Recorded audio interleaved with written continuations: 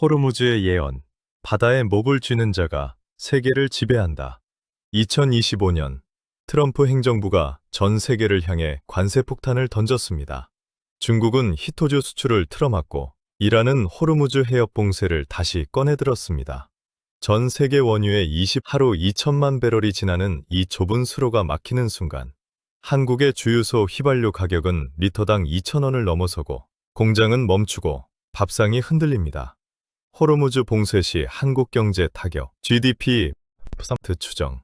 그런데 여러분, 이 현대 지정학의 핵심 논리를 이미 1200년 전에 간파하고 실행에 옮긴 한 남자가 있습니다.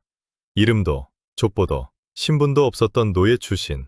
그러나 그는 동아시아 경제 지도를 통째로 다시 그렸습니다. 오늘 셈박전략연구소는 해상왕 장보고의 삶을 해부합니다. 그리고 이 질문 하나를 끝까지 붙들고 갑니다. 장보고의 진짜 무기는 칼이었는가? 아니면 머리였는가? 이 답이 나올 때 여러분은 오늘의 위기를 바라보는 눈이 달라질 것입니다. 위기를 재정의하는 자, 이름 없는 자의 반란. 9세기 초, 황해는 무법지대였습니다. 신라 왕조는 내부 권력 다툼에 빠져 바다를 포기했고 해적들은 신라 백성들을 잡아 당나라 노예시장에 팔았습니다. 한 해에 수백 명, 누적으로는 수만 명. 이것은 국가가 포기한 재앙이었습니다. 여기 한 남자가 있었습니다. 장보고. 그 역시 신분이 낮아 고향에서는 아무것도 될 수 없었습니다. 그래서 당나라로 건너갔죠. 거기서 무령군 소장까지 올라갔습니다. 외국인으로서 당나라 군대의 간부가 된 것, 그 자체가 이미 비범함의 증거입니다.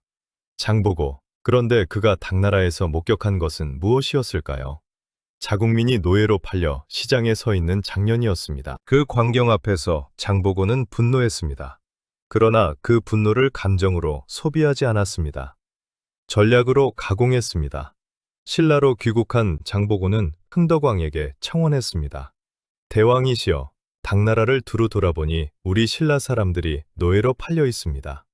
완도에 진영을 설치하여 해적을 막을 수 있도록 허락해 주십시오. 흥덕왕은 1만 명의 병사를 허락합니다. 그리고 828년 완도에 청해진이 세워집니다. 청해진 설치 8년, 동아시아 최초의 민간 군사복합 해상무역 허브. 여기서 셈박전략연구소가 첫 번째 배울 점을 찍겠습니다. 장보고는 문제를 해결하러 간 게 아니었습니다. 문제를 플랫폼으로 바꾸러 간 겁니다. 황해의 치안 붕괴라는 위기는 누군가에게는 재앙이지만 전략적 사고를 가진 자에게는 대체 불가능한 서비스를 제공할 기회입니다. 오늘날로 치면 이렇습니다.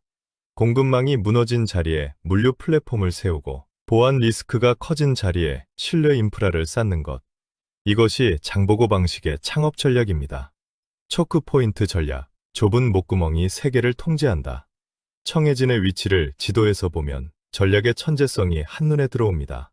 완도는 신라 남해안, 당나라 산둥반도, 일본 규슈를 잇는 정삼각형의 중심점에 위치합니다. 어느 방향으로도 최단거리, 어느 항로도 청해진을 거치지 않으면 안전을 보장받을 수 없는 구조. 이것이 바로 초크포인트 전략입니다.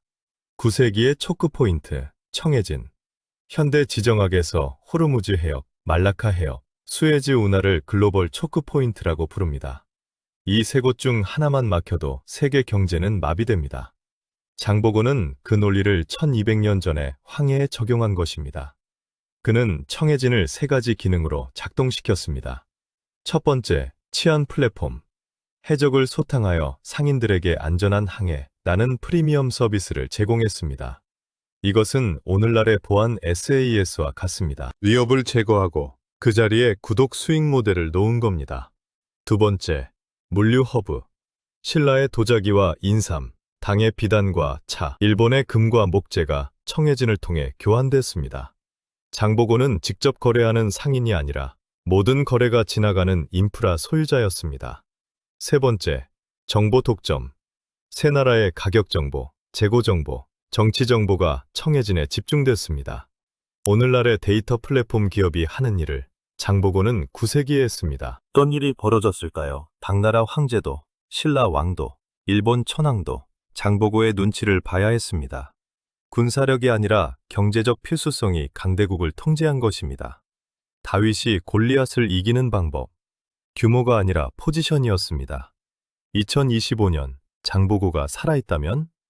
자, 이제 시계를 1200년 앞으로 당겨봅시다.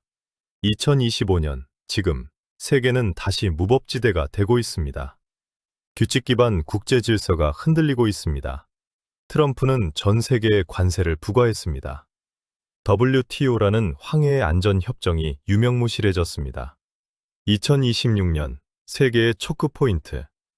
호르무즈, 말라카, 대만 해협, 히토류, 그리고 이 모든 긴장의 교차점에 한국이 있습니다. 한국은 원유 100%를 수입하고 수출의 60%가 중국과 미국에 집중돼 있습니다. 한국은 1200년 전 황해의 신라처럼 강대국 틈에서 스스로의 초크 포인트를 찾지 못하면 다시 누군가의 무역 루트에 종속될 위험에 처해 있습니다. 그렇다면 장보고라면 2025년에 무엇을 했을까요? 그는 아마 이렇게 말할 것입니다. 반도체 공급망이 재편되는 지금이 바로 내 청해진을 세울 때다. 미국도 중국도 대체할 수 없는 위치에 내가 먼저 서라. 실제로 한국의 반도체, 배터리, 조선 산업은 지금 그 포지셔닝을 시도하고 있습니다. 그러나 장보고의 전략과 비교할 때 아직 결정적인 무언가가 빠져 있습니다. 그게 무엇인지 다음 섹션에서 밝히겠습니다. 경제적 통찰력, 군사적 결단력, 진짜 무기는 무엇이었나? 자, 이제 오늘의 핵심 논쟁입니다. 역사학자들 사이에서도 오래된 질문입니다. 장보고의 진짜 무기는 경제적 통찰력이었나? 아니면 군사적 결단력이었나? 한쪽 주장을 들어보겠습니다. 장보고는 근본적으로 군사적 인물이다. 당나라 군대에서 검증된 무장이었고 1만 명의 군사로 황해를 평정했으며 후에 신라 왕위 계승 전쟁에도 군사력으로 개입했다. 칼이 없었다면 플랫폼도 없었다. 반론입니다. 그러나 칼만 있는 무장은 역사에 수없이 많았다. 장보고가 달랐던 것은 소탕 이후였다. 그는 해적을 물리치고 끝낸 게 아니라 그 자리에 무역 인프라를 세웠다. 제당, 신라인 네트워크를 관리하고 일본의 회역사라는 공식 무역 사절단을 파견했다. 이것은 군인이 아닌 CEO의 행동이다. 외교와 비즈니스의 선구자, 셈박 전략연구소의 결론은 이것입니다.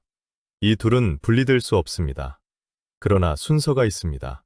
군사적 결단력은 문을 여는 힘이었습니다. 칼이 없었다면 해적도 못 잡고 플랫폼도 세울 수 없었습니다. 그러나 칼은 문을 열었을 뿐입니다. 그 문을 통해 들어온 것은 경제적 통찰력이 설계한 시스템이었습니다. 칼은 수단이었고 경제는 목적이었습니다. 그리고 여기서 장보고가 무너진 이유도 드러납니다. 말년의 장보고는 경제적 통찰력보다 군사적 결단력에 과도하게 의존했습니다. 신라 왕위 계승 분쟁에 군사력으로 개입하면서 그는 대체 불가능한 중개자에서 정치적 위협으로 프레이밍이 바뀌었습니다. 결국 귀족들의 시기와 내부의 배신으로 암살당했습니다. 장보고의 패착, 경제 플랫폼에서 정치 군사력으로 중심 이동, 내부 붕괴. 2025년 현재 이 교훈은 국가에도 기업에도 개인에게도 그대로 적용됩니다. 강압과 힘은 시장을 열 수 있습니다. 그러나 지속 가능한 지배력은 경제적 필수성에서 나옵니다. 미국이 패권을 유지하는 것도 달러와 기술 표준이라는 경제 초크 포인트 덕분입니다.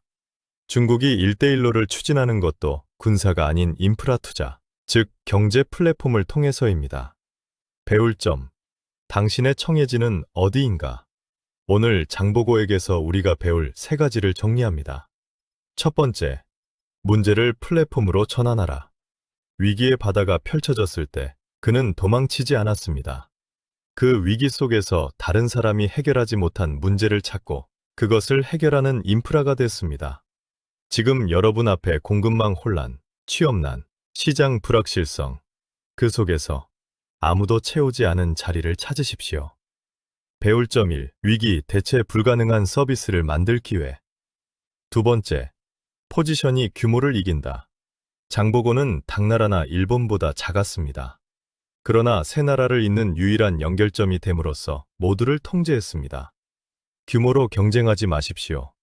내가 없으면 연결이 끊어지는 자리를 선점하십시오. 배울 점 2. 크기가 아닌 위치로 승부하라. 세 번째, 경제력이 모든 힘의 토대다. 군사력도, 외교력도, 정치력도 결국 경제적 지속 가능성 위에 서 있습니다. 장보고가 무너진 것은 칼이 부족해서가 아니었습니다.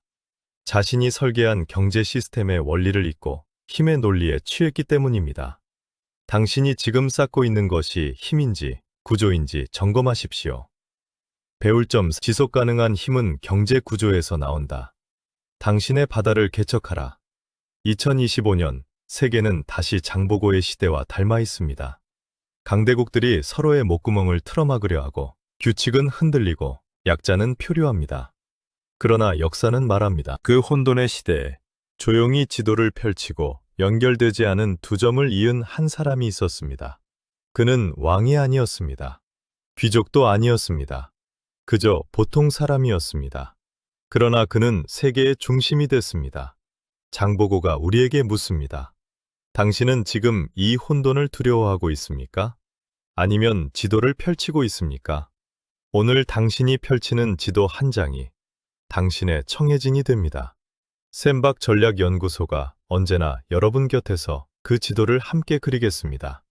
구독과 좋아요는 이 채널이 더 깊은 전략을 연구할 수 있는 힘이 됩니다. 다음 영상에서는 조선 최악의 경제 위기, 임진왜란의 진짜 원인은 경제 붕괴였다를 다룹니다. 알림 설정 잊지 마세요.